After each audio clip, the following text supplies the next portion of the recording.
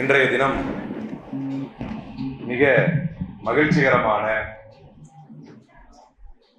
அதே நேரம் இது எப்போது நடக்கும், பட்டமளிப்பெல்லாம் எங்களுக்கு நடந்த போது சரி இன்னையோட இது மதரசாவுடைய நெருக்கடிகள் முடிந்துவிடும் என்று நினைப்பவர்களும் உண்டு. ஐயோ ஃப்ரெண்ட்ஸை விட்டுட்டு போகணுமே என்று நினைப்பவர்களும் உண்டு. என்னை பொறுத்தவரை நான் மதரசாவில் படிக்கும் போது இப்போ கசகசன்னு இருக்குதுன்னு வச்சுக்கீங்களேன். பல ஆள் ரொம்ப பிஸியா இருக்கிறாங்க. அங்கேயுமே கொஞ்சம் பேர் பேசிக்கிட்டு, மேலேயுமே கொஞ்சம் பேர் கசகசன்னு இருக்கிறாங்க. எனக்கு டென்ஷன் ஆகி, நீங்க கவனிக்காத வரைக்கும் நானும் ஒரு 2 மணி நேரம், நீங்க கவனிச்சிங்கன்னா நானும் ஒரு 20 நிமிஷத்தை முடிச்சுட்டு அப்படியே சட்டுன்னு முடிச்சுட்டு சீக்கிரமா முடிச்சிடலாம். மேடையில பேசுறவங்களுக்கு பழி வாங்கணும்னா இருக்கிற ஒரே ஆப்ஷன், போதும்னு நீங்க கேட்கற வரைக்கும் பேசிக்கிட்டே இருக்கிறது. அது உங்க கையில தான் இருக்கு. உங்களை பழி வாங்க வேண்டுமா அல்லது சும்மா நானும் சுத்தி நான் வீட்டுக்கு போய் 5 நாள் ஆச்சு. ஆனால் இந்த மரியாதைக்குரிய சகோதரர் சலீமுல்லா கான் அவர்கள் சொன்னார்கள், இது ஒரு மிகப்பெரிய அச்சீவ்மெண்ட். ஏன்னா இன்னைக்கு சுத்தி நாமளும் பொது வாழ்க்கையிலும் இருக்கிறோம், மார்க்க ரீதியான பணியிலும் பயணிக்கிறோம். அப்ப பாக்குறோம் பெண்கள் சப்ஜெக்ட் என்னைக்குமே கொஞ்சம் கிரிட்டிக்கலா இருக்கு. அதிலும் முஸ்லிம் பெண்களுடைய விஷயம் இன்றைக்குத்தான் கொஞ்சம் அடுத்த ஸ்டேஜுக்கு வந்து பிஏ அரபிக், அதாவது யூனிவர்சிட்டிஸினுடைய ஸ்டடீஸ், கொஞ்சம் ஆங்கில கல்வி, இதையெல்லாம் படிக்கக்கூடிய விழிப்புணர்வை நோக்கி பெண்கள் நகர்ந்திருப்பதும் அவங்க அதான் சொன்னாங்க, இது ஒரு பெரிய நிகழ்வு, இவ்வளவு பெண்கள் வருவது. நான் அவரை ரொம்ப காலமாக தூரம் இருந்து பார்த்தவன் ஒரு தலைவராக, அப்புறம் கொஞ்ச காலமா இப்ப கொஞ்சம் கிட்ட இருந்து பாக்குறேன் பழக்கத்துல. ரொம்ப மார்க்க விஷயங்களில் ரொம்ப ஆர்வம் மிக்கவர். அல்லாஹ் அவருக்கு அருள் புரிய வேண்டும். அப்ப அவர் சொன்ன அந்த வார்த்தைகளில் இருந்து உங்களுக்கு சொல்ல வேண்டும் என்று விரும்புகிறேன். நான் பட்டம் முடிச்சுட்டு வர்றப்ப, ஆக்சுவலா நான் சேர்றப்ப, மதரசா சேர்றப்ப எங்க உஸ்தாத் ஒருத்தர் இருந்தார். கவனிச்சிருக்கீங்களா எல்லாரும்? கவனிச்சீங்களா? எங்க சவுண்ட் வந்துட்டே இருக்கானா கசகசன்னு மேல? எங்க விட்ட? எங்க உஸ்தாத் ஒருத்தர் இருந்தார். அவர் பேரு முகமது அலி மன்பைஹி ஹஃபிதஹுல்லா. எங்களுக்கு அவர் தான் அலிபேத்தியை சொல்லி கொடுத்தார் மக்தப் மதரசால. இன்றைக்கும் எங்க உஸ்தாது மன்பைக்கல் மாநாடு நடந்தால் அதில் அவன் என் மாணவன் என்று அவர் மகிழ்வோடு சொல்லிக்கொள்ள ஒரு வாய்ப்பை நான் பெற்றிருக்கிறேன் அப்படிங்கிறது எனக்கு ரொம்ப மகிழ்ச்சியான ஒரு விஷயம். ஏன்னா அவங்க தான் எனக்கு அலிபேத்தியை சொல்லி கொடுத்த ஹசரத். அவங்க தான் என்னை கொண்டு போய் மதரசாலையும் விட்டாங்க. ஆலிம் படிக்கிற மதரசாலை விடும்போது ஒரு உபதேசம் ஒன்றை செய்தார். அது என்ன செய்தார்கள் என்றால், நானும் ஏன் எதுக்குன்னு கேட்கல, அவ்வளவு தைரியம் எனக்கும் இல்லை. இன்னைக்குதான் வந்து உஸ்தாதெல்லாம் ரொம்ப ஈஸி ஆயிட்டாங்க. எல்லாருக்கும் விட்டா தோல் மேல கை போட்டுக்குவாங்க, ஒரு மொபைலை வாங்கி அவங்க நோண்ட ஆரம்பிச்சிருவாங்க. அவ்வளவு ஃப்ரெண்ட்ஷிப் ஆயிட்டாங்க எல்லா மதரசாக்கள்லயும். எல்லா இடத்தையும் மாறி போச்சு இப்ப. ஆனா எங்க அசத்துல ஒரு அட்வைஸ் பண்ணா, ஏன் என்று கேட்கறதுக்கான தைரியம்லாம் எனக்கு கிடையாது. விளக்கம் சொல்லுங்க, எதுக்காக இப்படி சொல்றீங்க அப்படிலாம். என்ன புகாரியால கொண்டு போய் சேர்க்கிறப்ப அப்ளிகேஷன் ஃபார்ம் வாங்கி உட்கார்ந்துட்டு அந்த இடத்துல சொன்னார், நீ ஃப்ரெண்ட்ஷிப் பண்ணாத அப்படின்னு சொன்னார். ஏன்லாம் தெரியாது. அந்த கொடுமை என்னன்னா, நானும் 5 வருஷம் படிச்சு முடிச்சேன். இப்போ வரைக்கும் எனக்கு என் செட்ல ஃப்ரெண்ட்ஸே கிடையாது. எனக்கு ஃப்ரெண்ட்ஸே கிடையாது. அதே மாதிரி குரூப் இருக்கும் இல்லையா, எங்க காலேஜ்ல குரூப் இருக்கு மதரசால, அந்த குரூப்ல என்ன சேர்க்கவும் இல்லை. ஏன்னா நான் யார்ட்டையும் ஃப்ரெண்ட்ஷிப் வைக்கவே இல்லை. ஆனா அது ஏன்லாம் தெரியாது. ஆசிரியர்மார்கள் உனக்கு எது சரியோ அதை சொல்லுவார்கள். ஒருவேளை இப்படி இருக்கலாம், நாம ஃப்ரெண்ட்ஷிப் வச்சுக்கிட்டா கல்வியுடைய அந்த போக்கஸ் மீறி நம்ம போயிருவோம் என்று என்னை சிறு வயதிலிருந்தே கவனித்த அந்த ஆசிரியருக்கு அது தெரிந்திருக்கலாம். இப்போது நீங்கள் பட்டம் பெறக்கூடிய மாணவர்கள், உங்களை இத்தனை ஆண்டுகள் கவனித்த உஸ்தாத் உங்களுக்கு என்று ஒவ்வொரு தனிநபருக்கும் ஒன்றை, நபி ஸல்லல்லாஹு அலைஹி வஸல்லம் நீங்க படிச்சிருப்பீங்க. அல்லாஹ்வுடைய ஸல்லல்லாஹு அலைஹி வஸல்லம் ஒருத்தர் வந்தா, யா ரசூலல்லாஹ் அவுசினி, எனக்கு உபதேசம் செய்யுங்கள் அப்படின்வார். எனக்கு உபதேசம் செய்யுங்கள். அப்ப உடனே ரசூல் ஸல்லல்லாஹு அலைஹி வஸல்லம் அவர்கள் சொல்லுவாங்க, குல் ஆமன்து பில்லாஹி சும்ம இஸ்தகிம், அல்லாஹ்வை ஈமான் கொண்டேன் என்று சொல், அதுல உறுதியா நில்லு அப்படின்னு சொல்லுவார். இன்னொருத்தர் வருவார், அவர் கேட்பார், யா ரசூலல்லாஹ் அவுசினி, இறை தூதரே எனக்கு உபதேசம் செய்யுங்க. அப்ப நபி ஸல்லல்லாஹு அலைஹி வஸல்லம் சொல்லுவாங்க, லா தக்லப், கோபப்படாத. ஃபரத்தத மிராரன், மறுபடியும் கேட்கிறார், வேற ஏதாவது சொல்லுங்க. ஃபரத்தத மிராரன், மாத்தி கேட்டார், வேற என்ன. கால லா தக்லப், உனக்கு கோபப்படாத. அது என்னன்னா, நபி ஸல்லல்லாஹு அலைஹி வஸல்லம் என்கின்ற உஸ்தாதுக்கு தெரியும் கேட்டு வரக்கூடியவருக்கு எது தேவை என்று. அப்படி நீங்கள் இத்தனை ஆண்டுகள் உங்களுடைய உஸ்தாதுகளுடைய கண்காணிப்பில் ஒரு ஸ்பெஷல் அட்வைஸை வாங்கியிருப்பீங்க. எனக்கு வாங்கிய ஸ்பெஷல் அட்வைஸை நான் இன்னி வரைக்கும் காப்பாத்திட்டு வர்றேன். இதுக்கு மேல என்ன காப்பாற்ற முடியாதுன்னு வைங்களேன். இனி நான் போய் எல்லாம் ஒருத்தர் 3/4 பேர் துபாயில இருக்கிறான், 3/4 பேர் வேலை பார்த்துட்டு இருக்கிறான், எல்லாம் நம்மள மாதிரி உடம்பு போட்டு எல்லாம் புள்ளக்குட்டியா பெற்று பெரிய பெரிய ஆளாயிட்டாங்க எல்லாரும். மீன் எல்லாருக்கும் ஒரு 35-40 வயசு ஆகி போச்சு. நான் மட்டும் தான் அதுல இளவையா இருக்குன்னு வச்சுக்கீங்களேன். அப்ப எல்லாருக்கும் வயசாகி போச்சு. ஆனா அந்த உபதேசத்தை நான் இன்னைக்கு நான் வந்து ஒரு நிறைய பேரை கொஞ்சம் கல்வி ரீதியா வழிகாட்டுறதுல எங்கள் வீட்டுல வந்து ஒரு பெண் பிள்ளையை வந்து நான் சின்ன வயசுல இருக்கும் போதே நான் ஒரு உத்தரவாதம் கொடுத்து அதன் அடிப்படையில் அந்த பெண்ணை வந்து ரஷ்யால வந்து டாக்டர் படிக்க வைக்கிறேன். அப்ப அந்த பிள்ளையை அனுப்பும் போது நான் சொன்னேன், எங்க உஸ்தாத் எனக்கு சொன்னார், ஆனா அவர் ஆழமா ஆய்வு பண்ணி சொல்லியிருப்பாரு, நான் அதே உபதேசத்தை உனக்கு சொல்றேம்மா, ஃப்ரெண்ட்ஷிப் வைக்காது அப்படின்னு. ஆனால் நிறைய ஃப்ரெண்ட்ஷிப் வச்சிருக்கு, போன வருஷம் ஃப்ரெண்ட்ஷிப் எல்லாம் எப்படி இருப்பாங்க. ஆனால் இப்படி உங்களுடைய ஆசிரியர்கள் உங்களை பார்க்கும் பொழுது ஒவ்வொரு உபதேசம் செய்திருப்பார்கள். அந்த உபதேசம் எவ்வளவு முக்கியமானது என்று சொன்னால், உங்களை கூர்ந்து கவனித்து உங்களுக்கு இது சரியாக இருக்கும் என்று பார்த்து, ஒரு தனிநபருக்கு தெரியும், அந்த சொல்லப்பட்ட உபதேசங்களை எடுத்து நீங்கள் வெளி உலகில் நடந்து செல்லும் பொழுது you are going to welcome a new world.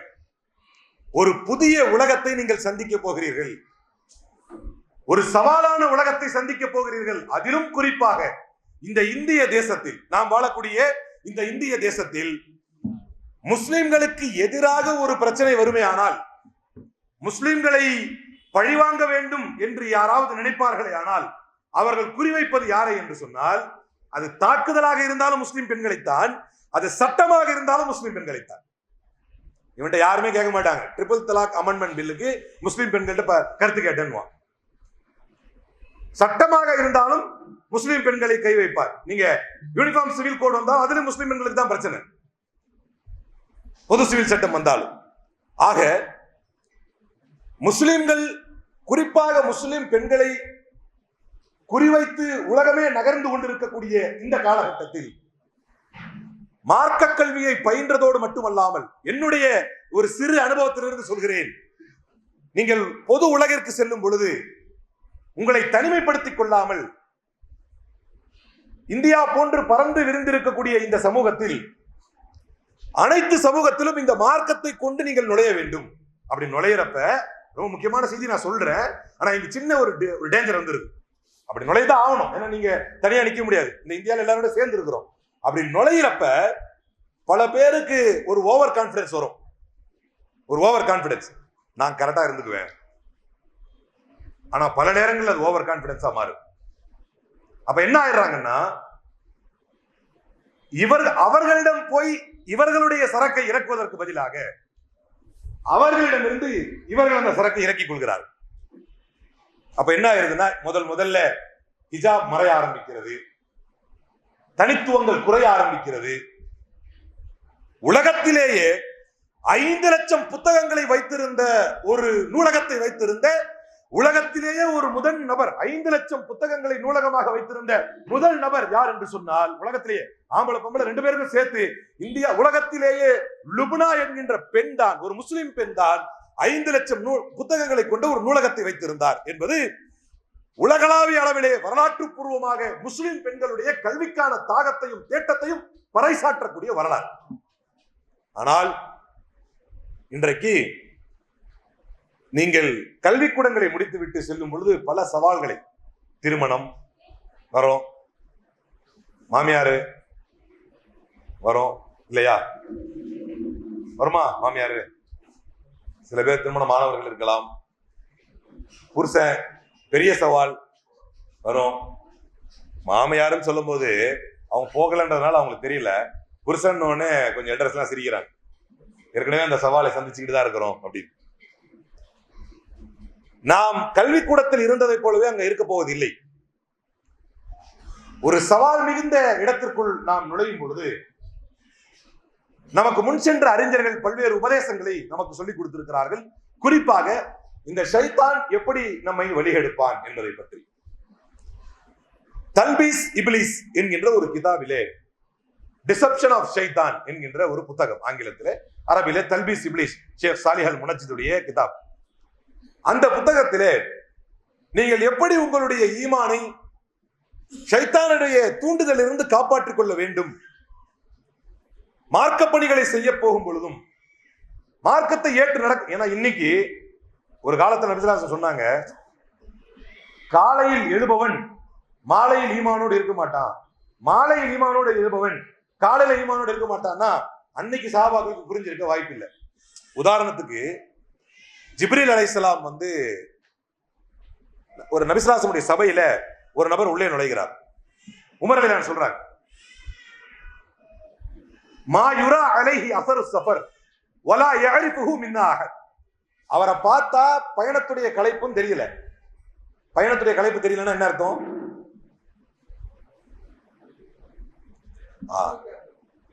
ஆமா, எவ்வளவு தெளிவா சொல்றான் பாருங்க. கவனிக்கிறீங்க நீங்களா? பயணத்துடைய களைப்பு தெரியலன்னா என்ன அர்த்தம்? உள்ளூர்காரர். ஆனா வலா யஅரிஃபுஹு மின்னா அஹத், எங்களுக்கு அவர் யாரையும் தெரியல. அப்ப யார் இல்ல? உள்ளூர்காரரும் இல்ல. நேரா வந்தார். فأسند ركبتيه إلى ركبتيه ووضع كفيه على فخذيه فقال يا محمد. அவர் என்ன பண்ணாரு? அவருடைய முட்டி எடுத்து ரசூலுல்லாஹ்வுடைய முட்டியோட சேர்த்து அவருடைய இரு கைகளை எடுத்து ரசூலுல்லாஹ்வுடைய தொடை மேல வைத்து யா முஹம்மத் அப்படினார். அப்படியே எல்லாம் அதிர்ந்துட்டார். யாருன்னே தெரியல இவரு. ஆனா அவர் எப்படி இருக்காரு அப்படின்னா, ஷதீது பியாதி சியாப் வ ஷதீது சவாதி ஷார். முடி மட்டும் கருகருன்னு இருக்கு, வெள்ள அப்படியே துணி வெளுவெளுன்னு இருக்கு. வந்தவர் ரசூலுல்லாஹ்ட்ட உட்கார்ந்தார். பல கேள்விகளை கேட்டார். கேட்டதுக்கு ரசூலுல்லாஹ் பதில் சொன்னார். சொன்ன உடனே கரெக்ட் கரெக்ட் கரெக்ட்னு அவரே சொன்னார். அதில் ஒரு கேள்வி, அக்பிர்னி யா முஹம்மத் அக்பிர்னி அனிஸ் ஸாஅ, முஹம்மதே மறுமையை பற்றி எனக்கு சொல்லு அப்படின்னு சொன்னார். அப்ப நபி ஸல்லல்லாஹு அலைஹி சொன்னாங்க, மல் மஸ்ஊலு அன்ஹா பிஅஅலம் மினஸ் ஸாயில். கேள்வி கேட்கப்பட்டவரை விட கேள்வி கேட்டவருக்கு நல்லா தெரியும். நான் புரியுதா? சரி, உடனே சதக்த அக்பிர்னி அன் இமாராத்திஹா அப்படின்னா அதனுடைய அடையாளங்களை சொல்லு அப்படின்னு கேட்கிறார். அப்ப நபி ஸல்லல்லாஹு அலைஹி சொன்னாங்க, an தரல் ஹுஃபாத்தல் உராத்த ஆலத்த ஷாயி யததாவலூன fill Bunyan an தலிதல் Ahmed ரப்பதஹா.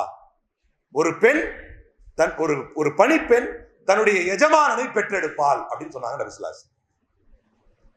ஒரு பணிப்பெண் தன்னுடைய எஜமானனை பெற்றெடுப்பாள். என்ன புரிஞ்சுக்கிட்டீங்க? சஹாபாக்கள் அதை கேட்டு சரிதான் அப்படின்னு கேட்டுக்கிட்டாங்க. ஒரு பணிப்பெண் தன்னுடைய எஜமானனை பெற்றெடுப்பாள்னா என்னது?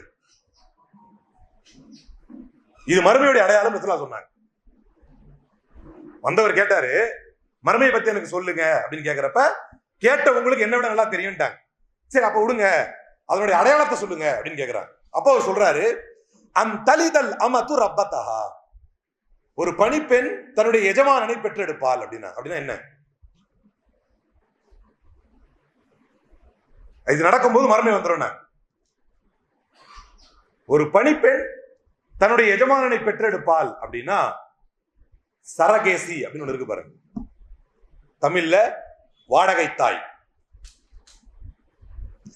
வாடகை தாய் யாரு? இன்னைக்கு நிறைய நடிகைகளுக்கு எல்லாம் பிள்ளை பெற்று கொடுக்குறாங்க. அவங்க பெற்றுக்க மாட்டாங்க.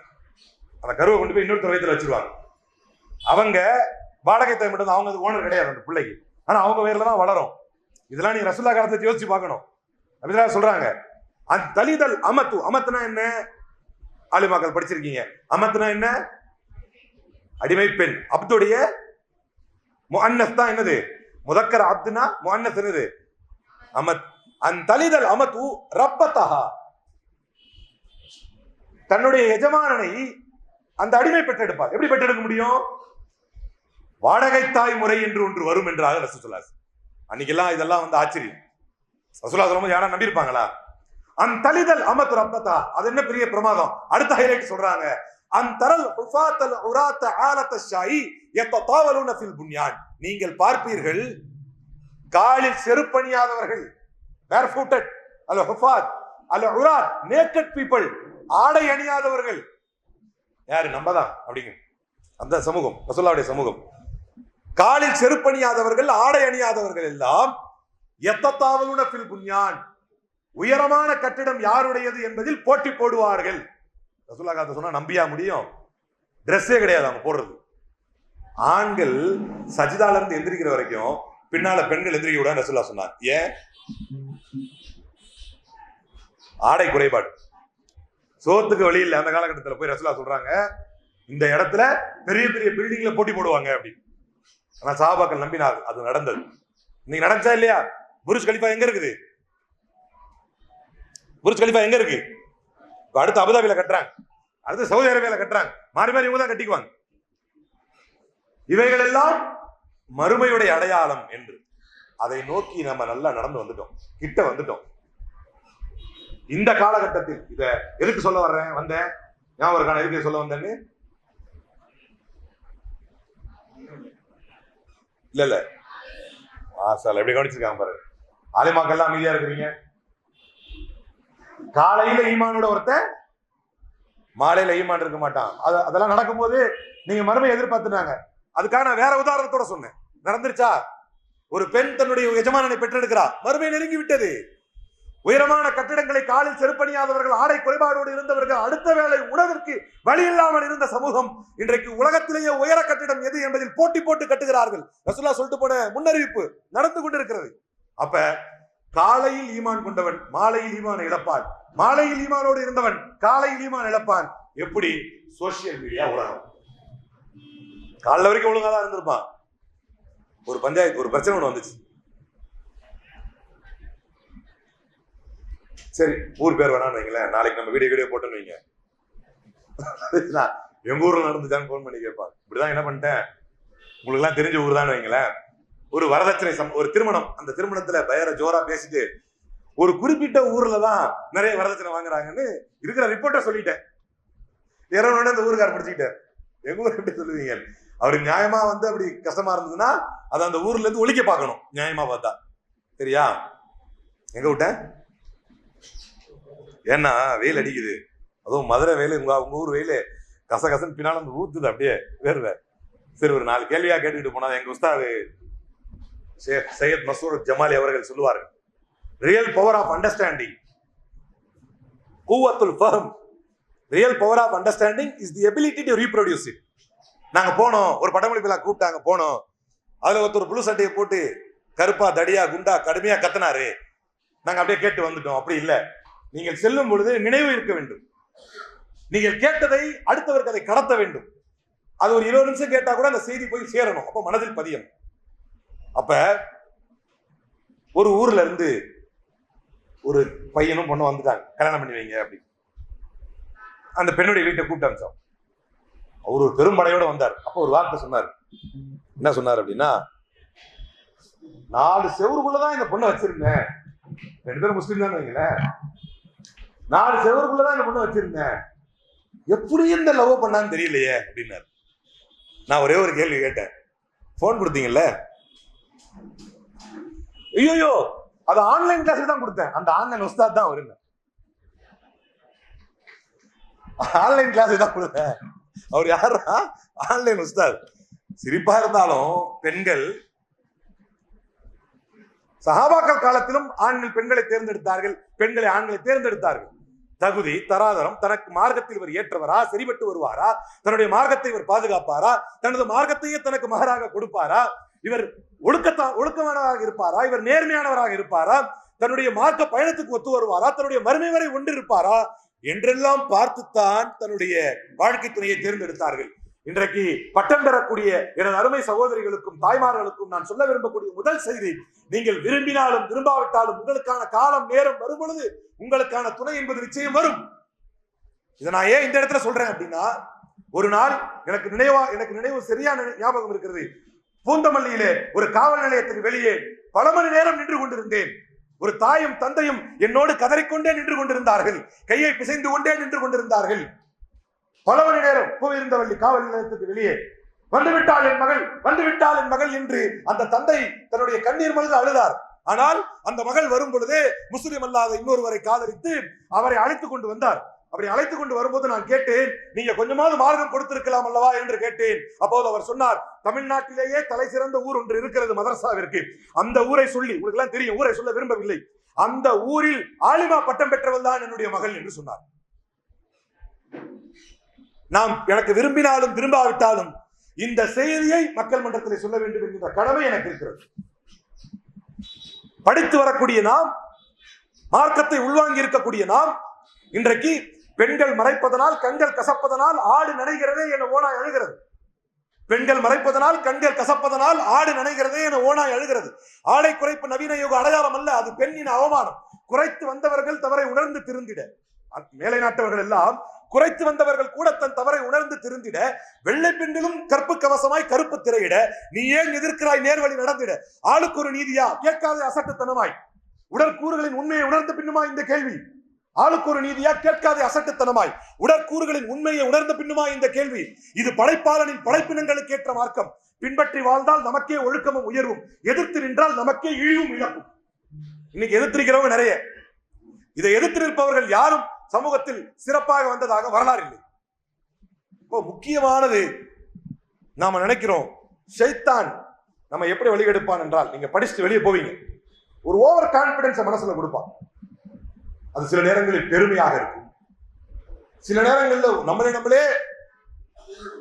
யாரும் அப்படி வழிகெடுக்க முடியாது, இந்த ஒரு முறை நம்ம இதை செஞ்சுக்கலாம், நம்மளை யாரும் வழி தவற வச்சிட முடியாது என்கின்ற எண்ணத்தை கொடுப்பார். சில நேரங்கள்ல அது பெருமையா இருக்கும். மார்க்க பணி செய்யறவங்களுக்கு இன்னைக்கு ஆலிம்கள் குறைவாக இருக்கிறார்களா என்றால் இல்லை, ஆனால் தன்னை முன்னிலைப்படுத்திக் கொள்ளக்கூடிய ஆலிம்கள் அதிகம். நிறைய பேர் கொரோனால ஒரு ஆலிம் சாக் போன் பண்ணி, தப்லீக் ஜமாத்துல மாட்டிக்கிட்டவங்களுக்கு சட்ட விஷயங்கள் செய்யணும் அப்படின்னா போன் பண்ணா அவ்வளவு மண்டகனமா பேசுறாரு ஆலிம் சாக். இதையெல்லாம் பார்த்து வெறுத்து போய் தான் நான் மார்க்க ரீதியா இருக்கக்கூடியவர்களை விட ஒரு பொது பயணத்திலேயே இருந்து விடலாம், தனிப்பட்ட முடிவு தவறாக கூட இருக்கலாம், பட் சொல்றேன் ஒரு கருத்தா. ஏனென்றால் நம்மை முன்னிலைப்படுத்திக் கொள்வதை விட நம்முடைய மார்க்கத்தை முன்னிலைப்படுத்தக்கூடிய பயணத்தை, இந்த அருமையான உங்களுடைய பட்டமளிப்பு காலத்திலே இதை சொல்ல நான் கடமைப்பட்டிருக்கிறேன். தல்பீஸ் இப்லீஸ் என்கின்ற கிதாபில் இருந்து 2 சம்பவங்களை சொல்லி என்னுடைய உரையை முடித்துக் கொள்ள ஆசைப்படுகிறேன். இந்த இப்லீஸ் மார்க்கத்தை கற்றவர்களிடத்தில் தான் அதிகம் வருவான். அது எப்படின்னா, அந்த ரெண்டு சம்பவத்தை சொல்லி, ஒரு ஊரில் ஒரு மரத்தை இணை வைத்து வணங்கி கொண்டிருந்தார்கள் மக்கள். மரத்தை இணை வைத்து, இலக்கங்களா இல்லைங்களா, அட்டண்டிவா ஒருத்தர் மட்டும் தூங்குறாரு, நீங்க கை தூங்குறீங்க சரிதான், தூங்குறீங்கன்னு உங்களை பார்த்து சொல்றேன்னு வைங்களா, அது ஏன்னா அந்த பக்கம் யாரும் தூங்குறாங்கன்னு அர்த்தம் இல்லையா? அப்படிதான் பயங்கரமா அட்டண்டிவா இருக்காரு. எங்க விட்ட சவுண்ட் வருது. அவங்க எல்லாம் ஆலிம் ஆயிட்டோம்னா அவங்களுக்கு என்ன இருக்கு, நம்ம எல்லாம் ஆலிம் ஆயிட்டோம், பட்டம் வாங்க போறோம், இனிமே கிளாஸ்ல உட்காந்து பதில் சொல்ல மாதிரி சொல்ல வேண்டியது இல்லை, அப்படி முடிவு பண்ணிட்டீங்களா? ஒரு மரத்தை இணை வைத்துக் கொண்டிருந்தார்.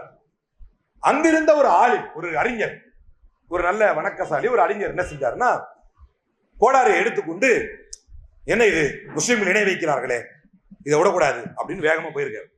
அந்த இணை வைப்பை தடுப்பதற்காக குறுக்கே ஒருவன் வந்தார். வந்து கேட்டான், எங்க போற அப்படின்னு கேட்டான். தெனாவட்டா, திமிரா, எங்க போற அப்படின்னு. அப்போது அந்த மார்க்கம் பயின்றவர், மார்க்கப்பற்றாளர் என்ன சொல்றாரு அப்படின்னா, ஊரே இணை வச்சுக்கிட்டு இருக்குது, அந்த இணை வைப்புக்கான மரத்தை வெட்ட போறேன் அப்படின்னு. ஏய் அப்படின்னு தெனாவட்டா பேசுறான். வந்தவன் குறுக்க வந்தான்ல, கவனிக்கிறீங்களா?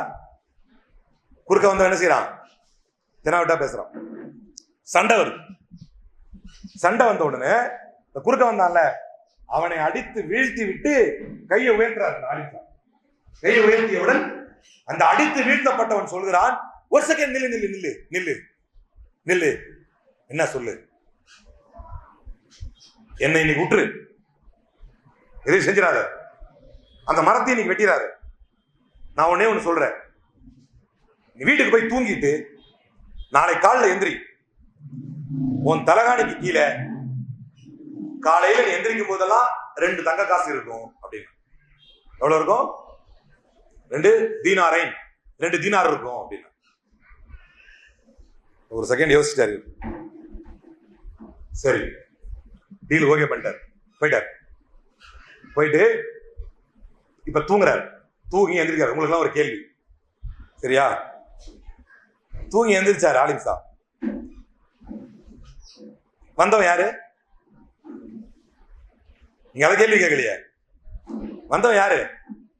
அவ்வளவு பவரா தூங்கி எந்த தலகாணில காசு வைக்கிறதுக்கு? யார் அவன்? இப்லீஸ்.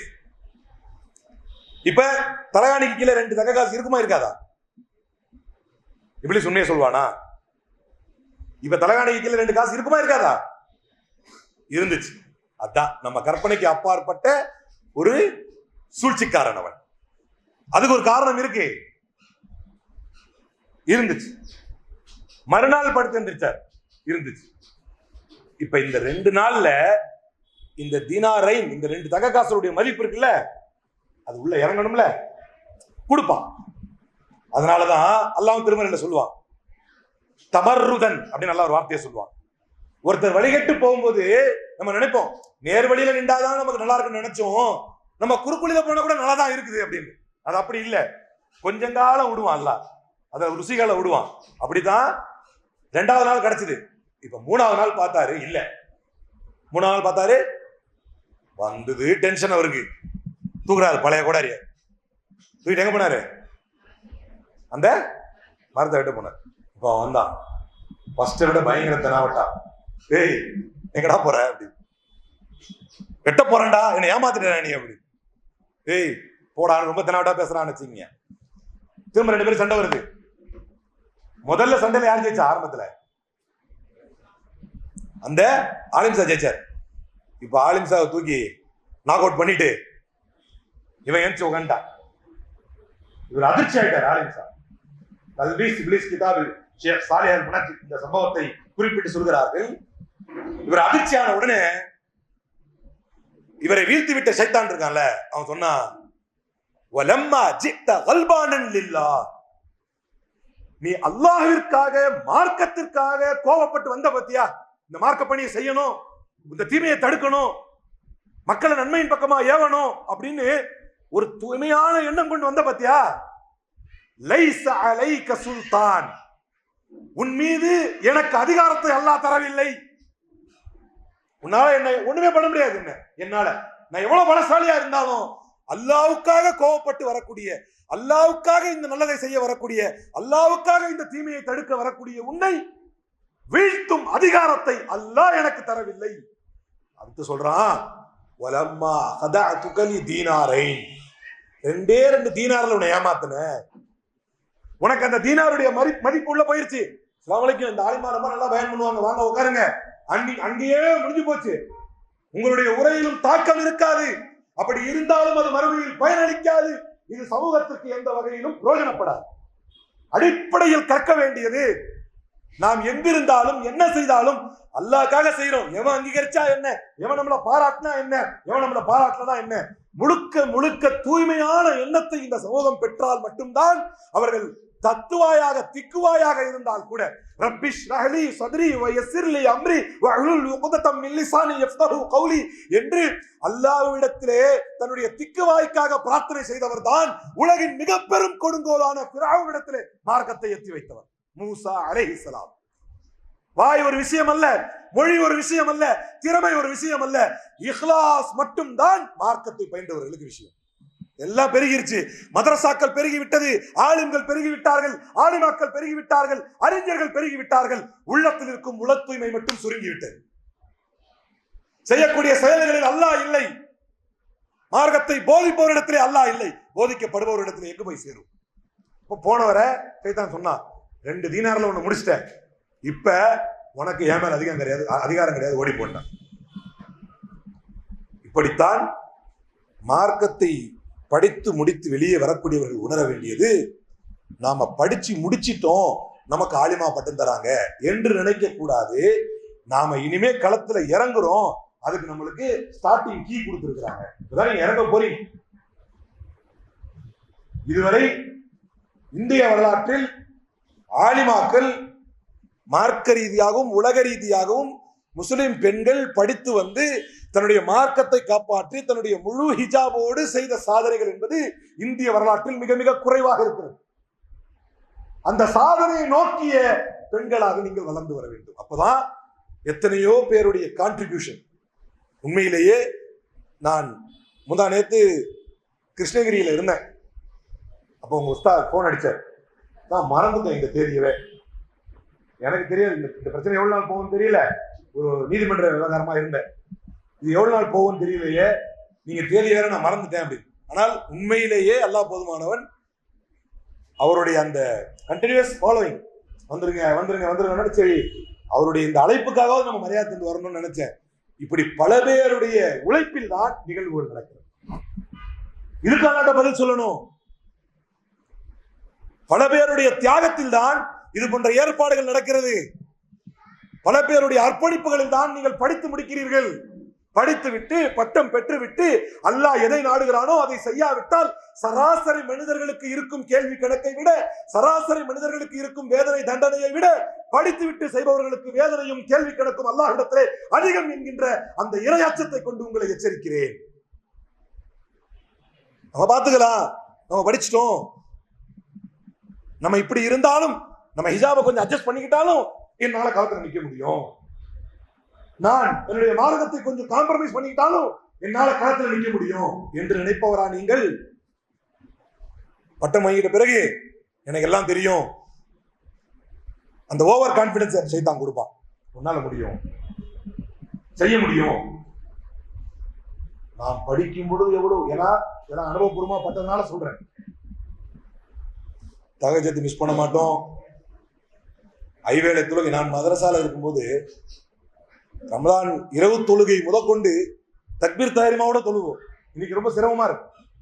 தக்பீர் தஹ்ரீமாவோட இருந்த காலம் எல்லாம் தொழுகை கரெக்டா. அது ஒரு பயிற்சி காலம். ஆனா நான் தோற்றுவிட்டேன். ஏன்னா அந்த பயிற்சியை முடித்துட்டு அந்த பயிற்சியை நடைமுறைப்படுத்த முடியவில்லை என்கின்ற அடிப்படையில் தோற்றுவிட்டேன். அந்த அளவுக்கு தக்பீர் தஹ்ரீமாவோட சரியா தொழ முடியல. ஆனால் நீங்கள் இன்னைக்கே அந்த ஒரு தீர்மானத்தோடு வரும். ஏன்னா தீர்மானம் தான் வாழ்க்கையை டிசைட் பண்ணுது. ரெசல்யூஷன், தீர்மானம். எத்தனையோ பேரின் உழைப்பில், அர்ப்பணிப்பில், தியாகத்தில், கவனத்தில், வழிகாட்டுதலில், அவர்களுடைய கல்வி புகட்டுதலில் உருவாகி வரக்கூடிய நீங்கள், it is a day of resolution that you should resolve yourself that I will stand. உறுதியாக நிற்பேன் என்கின்ற தீர்மானத்தை வேணும். காம்ப்ரமைஸ் இருக்கக்கூடாது. ஒரு நல்லடியார் வாழ்ந்தா ஒரு ஊரிலே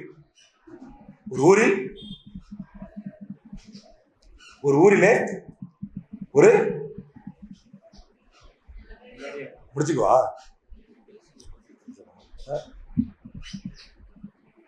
சரி, நீங்க கரெக்டா கவனிச்சுட்டு சொல்லிட்டீங்கன்னா மகரிபோட முடிச்சுக்கிறேன். ஒரு நல்லடியார் ஊரிலே வாழ்ந்தார். அந்த ஊரில் 3 அண்ணன் தம்பி இருந்தார். அந்த 3 அண்ணன் தம்பிக்கு ஒரு சகோதரி இருந்தார். கவனிக்கிறீங்களா? எங்க இருந்தோ கசகசம் சவுண்ட் வருது. இது ஒரு பலகீனம்.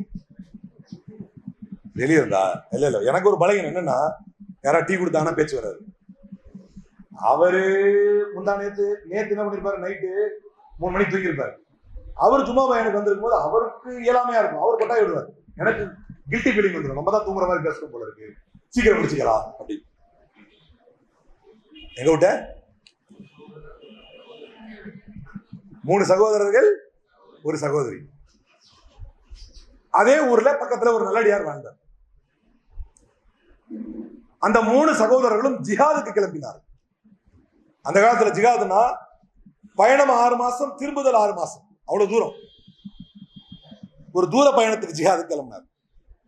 அப்ப போறப்ப தங்கச்சி எங்க விட்டுட்டு போறதுன்னு தெரியல. இதான் ரொம்ப முக்கியமானது. சொல்லி நான் முடித்துக் கொள்ள ஆசைப்படுகிறேன். தங்கச்சி எங்க விட்டு போனோம்னு தெரியல. யோசிச்சு பார்த்தா வேற எந்த ஆப்ஷனும் கிடைக்கல. அப்ப என்ன பண்ணாங்கன்னா, அந்த நல்லடியாரை கூப்பிட்டு அவர்கிட்ட போய், தங்கச்சிய நீ கொஞ்சம் பார்த்துக்க முடியுமா? வேற வழி தெரியல, ஊர்ல நீங்க தான் நல்லடியார். இந்த ஓவர் கான்பிடன்ஸ் இருக்குல்ல, ஒருவர் மார்க்கம் படித்து விட்டார் என்பதற்காகவே மார்க்கம் சொல்லக்கூடிய வரம்புகளை தாண்டி ஒருவரை நம்பலாம். அது நம்புறவங்க மேலதான் தப்பு. மார்க்கத்துடைய வரம்பு எல்லாருக்கும் ஒண்ணுதான். அல்லாஹ்வுடைய தூதரை பொறுத்தவரை நபி ஸல்லல்லாஹு அலைஹி வஸல்லம் சொன்னாங்க, நடந்து போயிட்டு இருக்காங்க தன்னுடைய மனைவியோடு. 2 பேர் அங்க நைட்ல நடந்து போயிட்டு இருக்காங்க. 2 பேர் வேகமா விறுவிறு நடக்கிறாங்க. இங்க வாங்கன்னு கூப்பிட்டாங்க 2 பேரையும். இது யாரும் தெரியுமா? என் மனைவினா. இது யார் தெரியுமா? என் மனைவினா. உடனே சஹாபாக்கள் 2 பேரும் சுப்ஹானல்லாஹ் யா ரசூலல்லாஹ் அப்படின்னா, என்ன ஷைத்தான எதிரி மஜ்ரத்தன், நீங்களே நினைச்சு கூட ரசூலுல்லாஹ் யாரோ ஒரு பெண்ணோட போனாங்க அப்படின்னு. தான் வகுத்து வைத்த அல்லது சொல்லிக் கொடுத்த சட்டங்களை முழுமையாக தான் பின்பற்றினார். அது அல்லாஹ்வுடைய தூதர். ஒரு ஆங்கில அறிஞன் சொல்லும் பொழுது இப்படி சொன்னான், Muhammad insisted that you are not only accountable to the tribal customary law but to the overriding divine law that shook the very foundation of the Arabian society. நபி ஸல்லல்லாஹு அலைஹி வஸல்லம் வெற்றி எங்க இருந்தது என்றால், கெல்சே என்கின்ற ஒரு ஆங்கில வரலாற்றாசிரியர் சொல்லி காட்டினார். நபிகள் நாயகத்துடைய வெற்றி எங்க இருந்தது என்று சொன்னால், நீ இந்த நாட்டில் வகுக்கப்படும் சட்டங்களுக்கு மட்டும் கட்டுப்பட்டவன் அல்ல, but to the overriding divine law, எல்லாவற்றையும் தாண்டிய ஒரு உன்னதமான சட்டம் ஒன்று இருக்கிறது, அதை நீ பின்பற்ற வேண்டும் என்று சொன்னார். அதை அவர்கள் உளமாற ஏற்ற ஒரு சமூகத்தை உருவாக்கினார். அதனால் அது அரேபிய தீபகற்பத்தின் அடிப்படையை அசைத்து பார்த்தது என்று ஒரு வரலாற்று ஆசிரியர்கள், ஒரு கிறிஸ்தவ வரலாற்று. இந்த சட்டம் நமக்கு முக்கியமானது. மார்க்கத்தை உளப்பூர்வமாக மக்களிடத்தில் கொண்டு போய் சேர்க்கக்கூடிய கடமை உங்களுக்கு இருக்கிறது. அதே போல அதில் முதன்மையானவராக நாம் without compromise, without over confidence நம்ம இருக்க வேண்டிய கடமை இருக்கு. இப்ப இந்த இடத்துல ஒரு ஆணின் சாதா, அதனால அவர் ஒரு ஆண், அவர்கிட்ட போய் அவர் சொல்றார், சுப்ஹானல்லாஹ் என்னால முடியாது, அவுது பில்லாஹி மின் ஃபித்னத்தின் நிசா அப்படின்ட்டார். ஐயோ செட் ஆகாது அப்படின்னாரு. உங்களுக்கு வேற வழி தெரியல, நீதான் பாத்துக்கணும், ரொம்ப கட்டாயப்படுத்தி சொன்ன உடனே அவர் என்ன சொல்லிட்டாருன்னா, நான் என் வீட்டுல இருந்துக்கிறேன், வேற வழி தெரியல, நீங்க ரொம்ப கட்டாயப்படுத்துறீங்க, நான் என் வீட்டுல இருந்துக்கிறேன், உங்க தங்கச்சிய அவங்க வீட்லயே விட்டுருங்க, உணவு சமைப்பது கொடுப்பதெல்லாம் நான் அங்க இருந்தே கொடுத்துக்கிட்டு நான் பாத்துக்கிறேன் அப்படின்ட்டாரு. இவங்களும் போயிட்டாங்க. அவங்க போயிட்ட பிறகு சாப்பாடுக்கான நேரம் வரும் இல்லையா, அப்ப இவர் என்ன பண்ணுவாருன்னா, சாப்பாடு எடுத்துக்கிட்டு இவர் வீட்டு வாசல்ல வச்சுட்டு மேல போயிடுவார் வழக்கம் போல. ஏன்னா இபாதத்துல இருப்பார் ஃபுல்லா. மேல போயிட்டு சத்தம் கொடுப்பார், என்ன சாப்பாடு வச்சுட்டு வந்து எடுத்துக்கங்க அப்படின்னு. அவர் வேலையை பார்ப்பார், அவங்க வந்து சாப்பாடு எடுத்துட்டு போயிடுவாங்க. இப்படி கொஞ்ச நாள் போச்சு. அவருக்கா மனசுல ஒண்ணு தோணுச்சு. அவருக்கா மனசுல ஒரு எண்ணம் என்ன தோணுச்சுன்னா, இப்படி ஏன் கஷ்டப்படுத்தணும், இங்க வைக்கிறதுக்கு பதிலா சாப்பாடை கொண்டு போய் எங்க வைக்கலாம், அந்த பொண்ணு வீட்டுல வைக்கலாம், கொண்டு போய் அங்க வச்சார். அங்க வச்சுட்டு போய் மேல போய் வெளியே வந்து எடுத்துக்கமா சாப்பாடு வச்சிட்டேன் அப்படின்னு. கொஞ்ச நாள் இப்படி போச்சு. அப்ப அவருக்கா தோணுச்சு மனசுல ஒரு சத்தம். என்ன சத்தம்? அட முட்டா பையில, சாப்பாடை கொண்டு போய் அங்க வச்சுட்டு திரும்ப மேல ஏறி எதுக்கு குரல் கொடுக்குற, என்ன செய்ய வைக்கிறல்ல, வைக்கும் போதே ஏமா சாப்பாடு வச்சிருக்கமா எடுத்துக்க அப்படின்னாரு. சகஜமாயிட்டாரு. கொஞ்சம் கொஞ்சமா என்ன ஆயிட்டாரு, சகஜமாயிட்டாரு. சாப்பாடு எடுத்துக்கமா. பாவம் தனியா இருக்கிறா, என்ன பண்றான்னு தெரியல, நேற்று சாப்பாடு நல்லா இருந்துச்சான்னு கேட்டார். கொஞ்சம் கொஞ்சமா பேசினாரு. பாவம், she is feeling lonely, தனியா இருக்கிறா, கொஞ்சம் ஒத்தாசையா கம்பெனி கொடுப்போம் அப்படின்னு உள்ள போனார். கன்னத்தில் கை வைத்தார், தொடை மீது கை வைத்தார், படுத்து எழுந்திருத்தார். பிள்ளை பிறந்தது, உள்ள பிறந்துருச்சு. இரவு உறங்கி கொண்டிருந்தார். ஒரு கனவு. இந்த செய்தியெல்லாம் அவங்க அண்ணன் தெரிஞ்சு வந்து இவரை கொலை செய்ய வர்ற மாதிரி கனவு. பதறி எழுந்தார். அட பைத்தியக்காரா, அடிக்கடி ஒரு குரல் இவர் சொல்லிட்டே இருந்துச்சுல, அங்க நிக்கிறியே, உள்ள போ, அங்க நில்லு, கையை தொடு, எல்லாம் சொல்லிச்சுல, அதே குரல் திரும்ப சொன்னது. ஒரு பிரச்சனையும் இல்ல, அந்த குழந்தைய கொண்டுட்டா அடையாளம் இருக்காது. போனார். ஐடியாவை தன்னுடைய காதலியிடம் சொன்னார். காதலி தானே, காதலியிடம் சொன்னார். சரி வேற வழி தெரியல, கொண்டுட்டான் குழந்தைய. கொண்டுட்டு புதைத்தார். புதைச்சிட்டு அதே இடத்துல நிற்கும் போது மீண்டும் ஒரு குரல் அவர் தலையில் கேட்டது. குழந்தைய கொண்டுட்ட, நாளைக்கு இந்த பொண்ணை கட்டி கொடுத்தா இவ கன்னிப்பெண் இல்லைன்னு தெரியும் பாத்தியா, அப்ப விசாரிச்சா உன்னை பொழப்பாங்க. கையோட பக்கத்துல நிக்கிறா, கொண்டுடு. அவனே முன்னார். ஒரு நல்லடியார் பொய்க்காரனானார், போக்கிரியானார், விபச்சாரியானார், கொலைகாரனானார், இரட்டை கொலைகாரனானார். மறைச்சிட்டார். மறைச்சிட்டு 2 பேரையும் புதைச்சிட்டார். போதுமா சைத்தானுக்கு? ஒரு நல்லடியார் என்ன பண்ணிட்டான் சைத்தான்? ஒரு நல்லடியார் என்ன பண்ணிட்டான் சைத்தான்? என்ன பண்ணா? எல்லாமே எல்லாத்தையும் முடிச்சிட்டாரு. போதுமா சைத்தானுக்கு? அந்த போருக்கு போனோம், திரும்பி வந்தாங்க 3 பேர். எவ்வளவு கஷ்டப்பட்டேன், தகச்சு போட முடியாம போயிடுச்சு, செத்துருச்சு, இங்கதான் புதைச்சேன் அப்படின்னு வேற இடத்த காட்டினார். 3 பேரும் அந்த இடத்த உழுது அழுது எழுந்திருச்சு. ரொம்ப சந்தோஷம் நல்லடியாரு, நல்லா பண்ணீங்க ஆரம்பிச்சா, நாங்க இல்லாத போதே தகச்சு பார்த்துட்டு இருக்கிறீங்க, சந்தோஷம். போயிட்டான். பச்சை பொய்காரனாவும் ஆகிட்டான் சைத்தான், நயவஞ்சகன் ஆகிட்டான். இதோட முடிஞ்சா சைத்தான்? இந்த 3 பேர் தூங்குறான். தூக்கத்துல 3 பேரும் பதறி எந்திரிக்கிறான். என்னப்பா? ஆனா இல்லண்ணே, ஒரு கெட்ட கனவு. என்ன கனவு? நம்ம தங்கச்சி தானா சாகல, இந்த ஆலிம் சாதான் கற்பழிச்சு கொண்டாரு அப்படிங்கிற மாதிரி ஒரு கனவு. கெட்ட கனவு. எனக்கும் அதே கனவுடா. நீங்க எனக்கும் அதே கனவு. 3 பேருக்கு ஒரே கனவு. போடா. ஆலிம் சாவை நோண்டி நுங்கெடுக்கிறார், அடிச்சு அடியில கதறாரு, ஒத்துக்கிறாரு, நான் தான் கொன்னேன். அப்ப இடத்த காட்டு வான்னு பார்த்தா, புதைச்சி எடுத்து பார்த்தா 2 பணம் இருக்கு. குழந்தை 1, ஆய்வா. ஆலிம் சாவை வலிச்சுட்டு போறாங்க. யார்கிட்ட? அரசரிடத்துல. அப்ப அரசருடைய சபையிலே விசாரணை நடக்கிறது. அவருக்கு அவருடைய தலையை துண்டித்துக் கொள்ளும்படி மரண தண்டனை விதிக்கப்படுகிறது. வலிச்சுட்டு போற வழியில இத்தோட ஒரு நல்ல மனுஷனை அசிங்கப்பட்டவனாக்கி, கொலகாரனாக்கி, இப்ப தண்டனை கிடைக்க போதில்லை. இதோட முடிஞ்சா சைத்தானுக்கு? போதுமா சைத்தானுக்கு? இவரை வலிச்சுட்டு போறாங்க தண்டனை நிறைவேற்றுவதற்கு. அப்படி இழுத்து செல்லும் பொழுது ஒருவன் வருகிறான். வந்து, டேய், நான் சொல்றத கேளு, உன்னை காப்பாத்துறேன் அப்படிங்கிறான். நான் சொல்றத கேளு, உன்னை காப்பாத்துறேன். நீ யாரா என்ன காப்பாத்துறதுக்கு அப்படின்னு கேக்குறாரு. அப்ப அவன் சொல்றான், டேய், நான் யாருன்னா கேக்குறேன்? முதல்ல வீட்டு வாசல்ல சாப்பாடு வச்சிருந்தியா? அதுக்கப்புறம் இங்க இருந்து அங்க கொண்டு போய் வச்சியா? ஆமா. அதுக்கப்புறம் அவளை கூப்பிட்டு பேசினியா? ஆமா. அதுக்கப்புறம் உள்ள போனியா? ஆமா. அதுக்கப்புறம் முதல்ல கண்ணத்தை தொட்டியா? ஆமா. அதுக்கப்புறம் தொட மேல கை வச்சியா? ஆமா. அதுக்கப்புறம் எல்லாத்தையும் அசிங்கத்தையும் பண்ணி? ஆமா. அதுக்கப்புறம் முதல்ல அந்த குழந்தைய தானே கொன்ன? ஆமா. யோ, அது வரைக்கும் மூளையில இருந்து எல்லாத்தையும் கண்காணிச்சுக்கிட்டு இருந்த உன்னை படைத்த ரப்பாகி அல்லாஹ் நான் தாயா, எனக்கு சஜிதா பண்ண உன்னை காப்பாத்துறேன் அப்படின்னா, இவர் உயிர் போற பயத்துல என்ன செய்யறதுன்னு தெரியாம அவருக்கு சஜிதா செய்தார். அந்த இடத்திலிருந்து சைத்தான் மறைந்தான். அவருக்கான தண்டனை நிறைவேற்றப்பட்டது. இறக்கும் பொழுதும் மரணிக்கும் பொழுதும் ஈமான் இல்லாதவனாக அவனை மரணிக்க வைத்தான் சைத்தான். இதுதான் மார்க்கம் அறிந்தவர்களை சைத்தான் வழிகெடுக்கிறார். ஓவர் கான்பிடன்ஸ் இருக்கக்கூடாத ஆள் யாரு? திருமறை அல்லாஹ் சொல்கிறார், இன்னமா யக்ஷல்லாஹ மின் இபாதிஹி அல் உலமா. மார்க்கத்தை அறிந்தவர்கள் தான் அல்லாஹ்வை அதிகம் பயப்பட வேண்டும்.